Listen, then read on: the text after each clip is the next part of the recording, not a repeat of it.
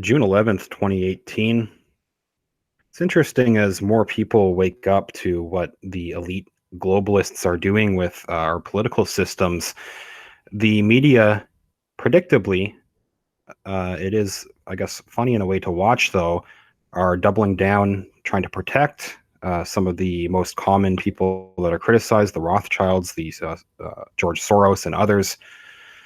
There's one article talking about how it's no fun being a Rothschild in Europe these days, trying to draw up sympathy for Ariane de Rothschild. Baroness Ariane de Rothschild cried out about the level of hate mail she says she's receiving. She says it's become very aggressive. Just looking at this article is from the Jerusalem Post. So this is Ariane de Rothschild. And again, they spend the article trying to defend poor Ariane de Rothschild and the Rothschild family, one of the wealthiest families on the face of the planet, from these conspiracy theorists. Apparently, the poor Rothschilds need to be defended by the media. Jerusalem Post doing their job here, doing so. So they talk about this hate mail that Ariane de Rothschild is receiving, saying 20 years ago, few people in Europe thought of the Rothschilds as Jews. As far as the general public was concerned, they were French bankers and philanthropists. Rothschild was a brand name. Baroness Ariane de Rothschild told this to the Jerusalem Post this week. So they are trying to pretend that this is all any criticism against the Rothschild is all the result of anti-Semitism in Europe being on the rise. That's the narrative that they're trying to push. They're saying it's a big worry and it can be felt very strongly. That's what Ariane de Rothschild herself said directly. She also went on to say there's a lot of pressure and it's a very big problem. She said the extreme right is popping up everywhere.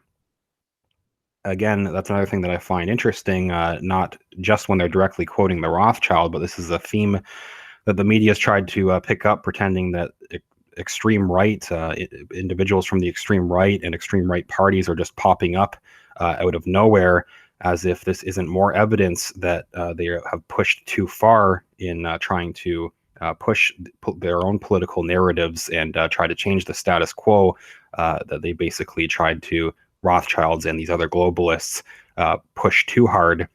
And anybody that was previously centrist or even many liberals are now falling under the umbrella of the extreme right, as it is described by the media and other Rothschild and Soros lackeys, at least. Looking more at this article, they got a few more quotes from Ariane. They suggest that one of the solutions, actually, Ariane suggested that one of the solutions was to reach out to help other communities, saying that openness helps to lower tension. She said that Jewish communities in Europe are entrenched, and this doesn't help to diffuse the situation, she commented.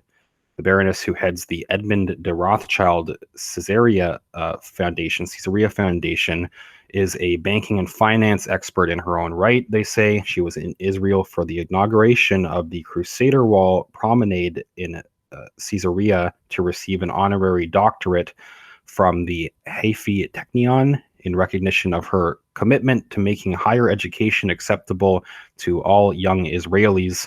They say especially those Israelis from minority groups, particularly their women, who, for economic reasons, seldom go beyond a master's degree in academia, they say, even though they have the intellectual potential to earn a doctorate. The Baroness said that the internet is now crawling with conspiracy theories. She's describing them along with outright statements of outright hatred in connection with the Rothschild family. She said that I am caught in the middle. As much as she supports numerous Israeli and Jewish causes, she says Baroness Ariane de Rothschild is not Jewish. The anti-Semites send hate mail, and ultra-Orthodox send mail reminding her that she isn't Jewish. So half of the hate mail that they bury in this article is coming from Orthodox Jews as well. She's saying that she's caught in the middle. She's saying she's not the first non-Jewish woman to capture the heart of a Rothschild, but she's the only one who didn't convert to Judaism. The level of hate mail, she says, has become very aggressive. Finally, they say, nonetheless, she has not allowed the hate mail to dominate her existence and is not hired any additional security personnel. She's not hired any additional security personnel. She says, one final quote that she gives, the ending of the statement I find a bit odd, but the last quote from Ariane de Rothschild in regards to this hate mail she's saying that she's receiving. She said, to focus on threats is to ruin your life. If you're focused on the threats, you can't concentrate on other things, and you won't dare get involved in the signing of philanthropic projects. Now, that's odd, I guess, looking into Soros and Rothschild and the way that, of course, they always describe all their work as being charitable or some form of philanthropy, but it's generally to serve their own interests. It's a little bit odd the way that Ariane de Rothschild is saying that because of the threats, she wouldn't be able to concentrate on other things, including daring to get involved in the signing of these charity projects, as she calls them. She seems to be aware, saying that, I think, that people people are aware that these are not just philanthropy projects, and her saying that she's daring, basically, she's aware that that she's on the radar, and many of these charities are on the radar for their other political motives. The way that I interpret that statement, at least, it seems like she knows what's going on. She's not coming outright and saying it, but she's worried about that pressure on these NGO groups that the Rothschilds and Soros and others used to be able to use freely without criticism. Can't really do that anymore. Of course, this follows Lynn de Rothschild, another prominent member of the Rothschild family, who used to really enjoy, I think, using her social media account. She was forced, or she chose to shut down her Twitter account a few months ago for similar reasons. This was, I think, her final tweet she posted in February. I'm not sure if she's planning to reopen this account, but I think she has closed her account after saying she tweeted out saying, not that it matters to anyone but me, but I am deleting my Twitter app after this last tweet. To think that Russians have been using all of us to sow discord and destroy America is repulsive to me, and I refuse to take part. The hate and anger on Twitter is out of control. Goodbye, Twitter. That's what Lynn de Rothschild, another member of the Rothschild family, said in February 24th, 2018. She has since left Twitter. No signs if she's coming back soon. This, I think, also ties in with this massive censorship campaign that's going on across the internet. They want to regain control of discussion online and the narrative so that they can come back and freely be on these social media sites. A Rothschild can't really post anything on social media right now without being rightfully attacked by the public. One other interesting quote just over the weekend, the Daily Caller article. Some people may have seen the comments from George Soros where he is complaining, saying that everything that could have gone wrong has gone wrong. This is after the recent, basically everything since the most recent U.S. election. Looking at the Daily Caller article, they say George Soros recently lamented the rise of President Trump and anti-establishment parties around the globe, saying that everything that could go wrong has gone wrong. Soros made these comments in an interview with the Washington Post. It was published on Saturday. He also said that he did not expect Trump's election. He admitted he didn't expect the election. He said, apparently, I was living in my own bubble. And a couple other interesting quotes that they give. One reads, the activist billionaire also made the bizarre claim that President Trump would be willing to destroy the world. That's what George Soros says. It's coming from George Soros. Soros, the ad has also been known, they remind us he's been known for using his immense wealth to influence politics in the United States and around the world.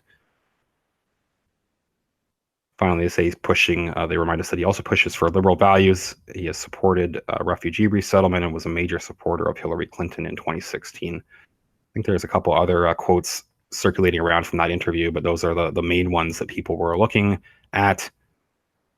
Again, it's just interesting also seeing the mainstream media's response now with this interview with Ariane de Rothschild late last year, leading to George Soros coming outright and admitting basically that a lot of what he has planned has gone wrong. He was I think, using his friends in the media, or at least the result was that his friends in the media went around sticking up for him and calling Soros hatred a global sickness. They said late last year, similar, I think, to this other more recent article with Rothschild. But one of the main things that stuck out about this, and I made a video about it at the time, similar again, I think, to what's happening in the Rothschild article, is that the mainstream media, it's like they try to make two separate but incompatible arguments, where they're saying that George Soros, oh, he is he's a poor old man, and how much influence could he possibly have? That's mainly what this article is. I won't go through the full thing. But they're basically saying, oh, how can an 87-year-old man have all this global influence, and conspiracy theories are totally overblowing what sort of role that he has in global politics. Not everything is controlled by George Soros, of course. I don't think anybody's arguing that, but he's one of a handful of very prominent globalists that are making a lot of they have a lot of influence that the mainstream does not talk about at all. This article, they're saying, oh, well, he doesn't have any influence, he's an old man. But then they also, in the same article, and it's the same thing that they were doing in that Rothschild article, if you look back, at the same time, they'll talk about all the great charitable work that they're doing and all the great philanthropy that Soros and Rothschild are doing. And they're doing all this amazing work around the world, but at the same time, they have no impact and don't look into any of the political moves that they're making, because it's really, it doesn't have a big impact in the big picture of things. The mainstream media is trying to say at the same time that they're trying to pump them up and promote them as some sort of charitable heroes. I'm not sure how those two ideas are supposed to match up. They don't really. It's two